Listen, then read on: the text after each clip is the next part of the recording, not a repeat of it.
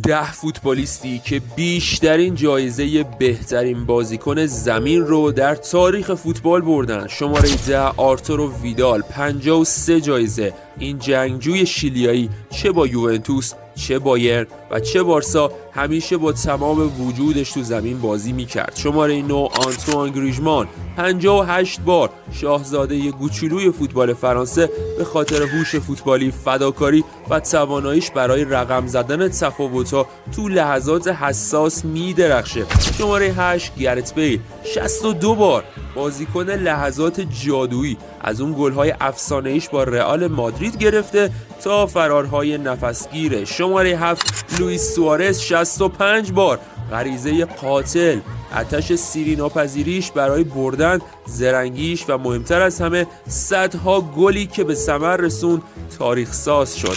شماره 6 نیمار جونیور 90 بار نمایش تضمینی، تکنیکی غیر قابل پیش بینی، پر زرق و برق، وقتی که روی فرم باشه یه استادیوم کامل نفسش رو حبس میکنه. شماره 5 رابرت لواندوفسکی 96 بار مهاجم مهار نشدنی، دقت جراحی، حرکت‌های هوشمندانه و تمام کنندگی خونسرد، اون نماد ثبات تو بالاترین سطح. شماره 4 ادن هازارد 100 بار جادوی خالص بود، نبوغ محض، استنفورد بریج رو به آتش میکشید و بلژیک رو تو بزرگترین صحنه‌ها به دوش میکشید. شماره 3 زلاتان ابراهیموویچ 116 بار اسطوره، افسانه، اون غرور خاص و اون استعداد بی‌نظیر. اون فقط فوتبال بازی نمی‌کرد، با استایل خاص خودش روی هر زمینی اثرش رو به جای میذاشت. شماره 2 سلطان کریستیانو رونالدو 176 بار ورزشکار تمام عیار، یک کارگر بیوقفه، یه رقیب مادرزاد، از استادیوم‌های انگلیس گرفته تا زمین‌های اسپانیا و ایتالیا، هر جا که رفت خودشون نشون داد. و شماره 1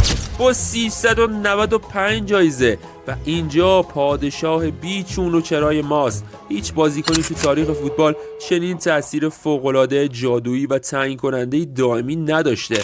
اون با هر بازیش فوتبال رو از نو تعریف میکنه. میتونید حدس بزنید کیه؟ اسمش رو تو کامنت ها بنویسید.